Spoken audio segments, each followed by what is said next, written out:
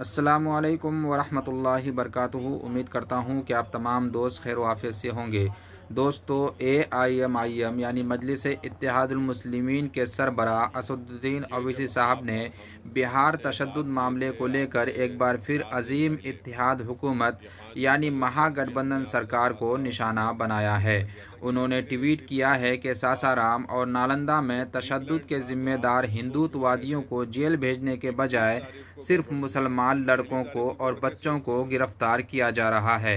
दूसरी तरफ बिहार के सेकुलर वजीर आला और नायब वजीर आला को फैंसी ड्रेस से फुर्सत ही नहीं मिलती।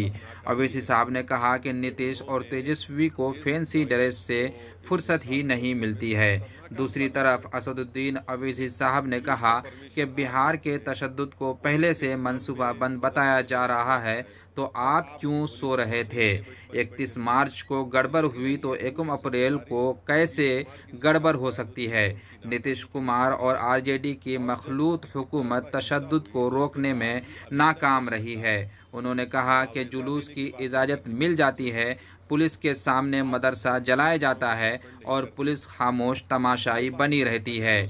आपको सेकुलरिज्म सिर्फ इलेक्शन के वक्त ही क्यों याद आता है? उन्होंने कहा कि जब वजीर आला और वजीर आज़म के ओहदे पर दावा करने की बात होती है तो सेकुलर बातें भी होने लगती है। AIMIM के सरबरा असदुद्दीन ओवैसी साहब ने कहा कि यकीनी तौर पर यह सारी जिम्मेदारी नीतीश हुकूमत पर आयद होती है और उसे रोकने में नाकामी भी उन्हीं की है। उन्होंने कहा कि इतने बड़े तशद्दुद के बाद भी हुकूमत ने मुआवजा देने की बात तक नहीं की है, ना ही पुलिस वालों को मुअत्तल किया गया है। उसके बजाय इफ्तार पार्टियां मुनक़िद की जाती है, खजूरें खाई जाती है। ये क्या हो रहा है? इक़्तिदार में रहने वालों को अपनी जिम्मेदारियां पूरी करनी चाहिए। हुकूमत बिहार तशद्दुद मुतासिरीन को मुआवजा दे।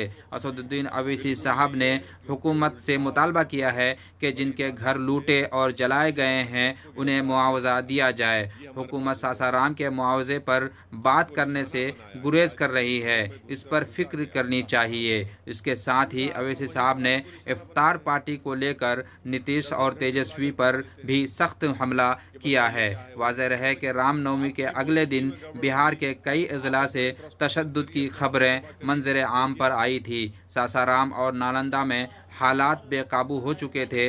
मरकज़ी वज़ीर दाखिला अमित शाह को 2 अप्रैल को नालंदा का अपना दौरा मनसूख करना पड़ा था।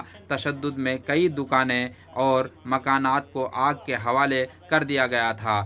इसके अलावा ओवैसी साहब ने अपने प्रेस कॉन्फ्रेंस में क्या कुछ कहा, आइए सुनते हैं उन्हीं की ज़बानी। लेकिन उससे पहले अगर अभी तक आपने मेरे चैनल को सब्सक्राइब नहीं किया तो सब्सक्राइब करके बेल आइकन को भी दबा दें। आइए सुनते हैं ओवैसी साहब ने क्या कुछ कहा। नालंदा में वो प्री प्लान था, उसके लिए व्हाट्सएप ग्रुप बनाए गए थे और उसमें करीब 5 लोगों की अरेस्टिंग हुई है। प्री प्लान या वायलेंस पुलिस कह रही है, पुलिस की जांच में सामने आया है। देखिए, जब आप और हमसे बात किए थे आज से 4 दिन पहले या 5 दिन पहले, उस वक्त भी हमने आपसे कहा था और मीडिया को हमने स्टेटमेंट दिया था कि यकीनन ये प्री प्लान था। जब प्री प्लान था तो आप लोग सो क्यों रहे थे? 31 तारीख को गड़बड़ हुई, फिर पहली तारीख को गड़बड़ कैसे होती है? और दूसरी बात यह है कि आपकी सरकार की, नीतीश कुमार और राजद की जो मिली जुली की सरकार है, उनकी ये सरासर नाकामी है कि उन्होंने इस वायलेंस को, इस हिंसा को रोकने में सरासर नाकाम साबित हुए। एक जुलूस का परमिशन आप देते हैं, पुलिस के सामने मदरसे को जलाया जाता है और आपकी पुलिस तमाशाई बनी बैठी रहती है। तो यकीनन ये पूरी जिम्मेदारी नीतीश कुमार की सरकार पर आयद होती है, उनकी नाकामी की निशानी है। और जब इतना बड़ा हिंसा हुई तो उसके बाद भी अभी तक वो सरकार मुआवजा देने की बात नहीं करती, कंपनसेशन की।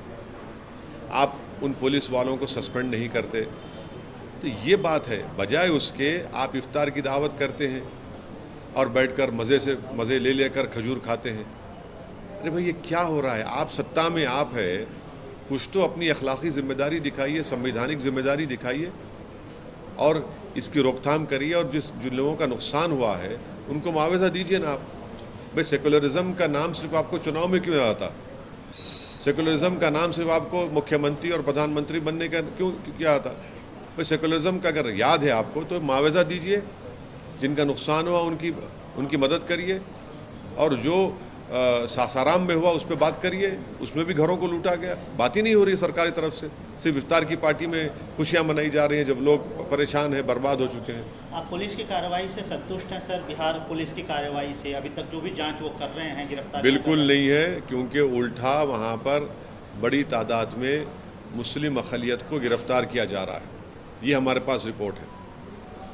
जिनको निशाना बनाया गया, जिनके घरों में घुसकर लूटा गया सासाराम में, उल्टा आप वहीं पर आप उनको निशाना बना रहे हैं। 10-10 घंटे बुलाकर बिठा लेते हैं कि बताओ ये क्या है, वो क्या है। अरे भाई, आपकी मौजूदगी में गड़बड़ हुई, आप अपना इंट्रोस्पेक्शन करिए, अपना मुहासबा करिए, देखिए